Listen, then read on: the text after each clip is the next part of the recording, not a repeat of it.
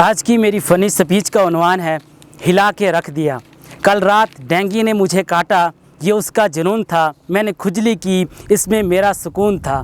मैंने जानबूझकर भी उसे नहीं मारा क्योंकि उसकी नसों में मेरा खून था। अम्मा उसकी भेंगी कानी, अब्बा उसका गुंगा था। मैं जिसे रानी समझा वो तो राना टुंगा था। इस आशिकी ने मुजरिम बना के रख दिया, पुलिस के हत्थे चढ़ा के रख दिया। उन्होंने पेंट में छोड़े चूहे और पाँचे किए बंद और फिर हिला के रख दिया। आज की जो मेरी स्पीच है वो परवीन के नाम है। परवीन मेरे सौतेले चाचा के सगे भाई की पहली बीवी के तीसरे शौहर की 13वीं बच्ची थी, इसलिए समझ नहीं आया किस तरह बची थी।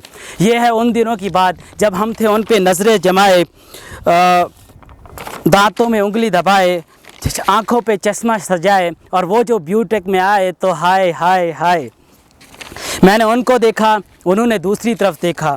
मैं मुस्कराया, उन्होंने मुंह बनाया।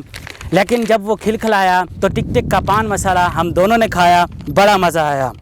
फिर उसके हुस्न ने मारा गोला, लड़की थी या गौर में कोला, है मेरे मौला है मेरे मौला। जुल्फ़े उसकी गीली गीली, चाल थी उसकी ढीली ढीली। मेरे ख़्याल में उसके पास पेचकस नहीं था।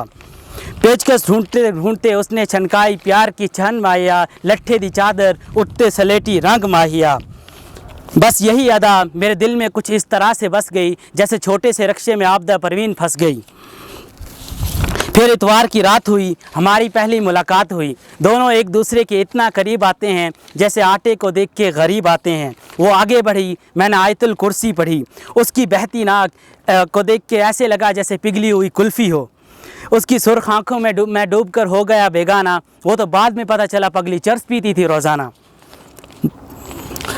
मैं बोला मेरी जुल्फ़ों को नरमी से छू लो, वरना पापी चूलो पापी चूलो। वो बोली नीला पीला रंग न कर, पप्पू यार तंग न कर। उसको मनाने के लिए मैं छत पे लेके गया रियो बिस्किट। वो बोली प्यार मोहब्बत से भी ऊपर, पीक फरीन सुपर। अब ना वो इनकार करती है ना ही इकरार करती है, मेरे ही सपनों में आके फारूक से प्यार करती है। जनाब सदर, इस माशी नाइंसाफ़ी के बाद मैंने छोड़ दिया अपनी मोहब्बत परवीन को। फिर हम ज़िंदगी की भीड़ में कुछ इस तरह से खो गए कि पता ही नहीं चला कि आलू 80 रुपए किलो हो गए। और वसी होने लगा मेरा नॉलेज, तो मैंने दाखिला ले लिया फार्मेसी कॉलेज। यहाँ आने के बाद मुझ पर आया हुआ कि इस माशरे में लड़की खांसे तो सुगड़पन, लड़का खांसे तो दमे का मरीज़। लड़की जुल्फ़े लहराए के आए तो शिल्पा शेट्टी, हम जेल भी लगाएं तो नजम सेठी।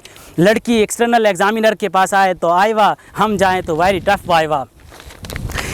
इस मुआशी नाइंसाफ़ी के बाद मैंने छोड़ दिया अपनी मोहब्बत परवीन को। उसके बाद पार्ट 2 है जो कि मेरे ब्रेकअप के बाद का सीन है कि परवीन को छोड़ने के बाद क्या हुआ। परवीन को छोड़ने के बाद यूँ हुआ कि मैं बैतुल ख़ला में बैठ गया, मैं खाना समझकर, लोटे का पानी पी गया पैमाना समझकर। इस मुआशी नाइंसाफ़ी के बाद मैं घर गया और मास्टर के मल्टी फॉर्म पर सो गया। सुबह उठा तो एक ख़त मेरे नाम भिजवाया गया था, मुझे यख मारने बुलवाया गया था। वहाँ बैठा किसी का प्यू था और मेरा इंटरव्यू था। मुझसे पहला सवाल, आप उमैर हैं? मैंने कहा नहीं, करिश्मा कपूर हूँ। मुझसे दूसरा सवाल, आपके भाई की मूछें आपकी मूछें नहीं हैं? मैंने कहा वो अबू पे गया है, मैं अम्मी पे गया हूँ। मुझसे तीसरा सवाल कि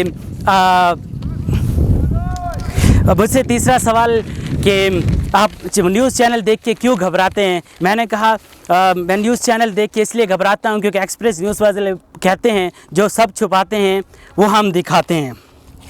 मुझसे चौथा सवाल कि लड़की को शादी के वक्त घूंघट में क्यों रखा जाता है? मैंने बोला वो इसलिए ताकि किसी के मुंह से ये ना निकल जाए, ओए ये तो मेरे वाली है। मैं वो सारे का सारा अमला मेरी बातों से हो गया कमला। अजीब था उनका रिएक्शन, मेरी हो गई रिजेक्शन। फिर रिजेक्शन के बाद जब मैंने अपने हक़ में आवाज़ उठाना चाही तो उनके मुहाफ़िज़ों ने मुझे इतना मारा जितना इन 2 हाथों से मारा जा सकता है। फिर भी इन 2 हाथों से कितना मारा जा सकता है। फिर इसके बाद मैंने उनकी बॉस को इतना ताड़ा जितना इन 2 आँखों से ताड़ा जा सकता है। फिर भी आखिर इन 2 आँखों से कितना ताड़ा जा सकता है। फिर इसके बाद मैं वहाँ से इतना भागा जितना इन 2 टांगों से भागा जा सकता है। फिर भी आखिर इन 2 टांगों से कितना भागा जा सकता है। भागते भागते सूरज की किरणों ने मेरी आंखों को चमका के रख दिया, दबोचा पुलिस ने और घुटनों को मेरी हिला के रख दिया। पुलिस स्टेशन जाने के बाद मुझ पे आया हुआ कि उससे शादी ना होने का सबब उसका अब्बा था। सब हरियाण थे, उसने ऐसा अब्बा कहाँ से लब्बा था। उसके नाना भी ने भी मुझसे ये कहकर रिश्ता तोड़ दिया कि मूंगफली में दाना नहीं, हम तुम्हारे नाना नहीं। उसकी मेरी सास जो शादी से पहले मुझे समझती थी शहज़ादा पेरिस, कहने लगी यू रेमन डेविस। फिर भी इसके बावजूद भी मैंने लिख दिया ख़त परवीन को। भोली भाली समझ न सकी मेरे प्यार को, दे दिया ख़त अपने भाई गुलजार को। फिर मैंने अपने पीछे दरिया की मौज देखी और गुलजार की फ़ौज देखी। उन्होंने मुझे इतना मारा कि मेरे मुंह से राज निकल रहे थे। लोगों ने बोला इस पे अजाब आया है, मैं बोला ख़त का जवाब आया है। That's it from my side. Thank you.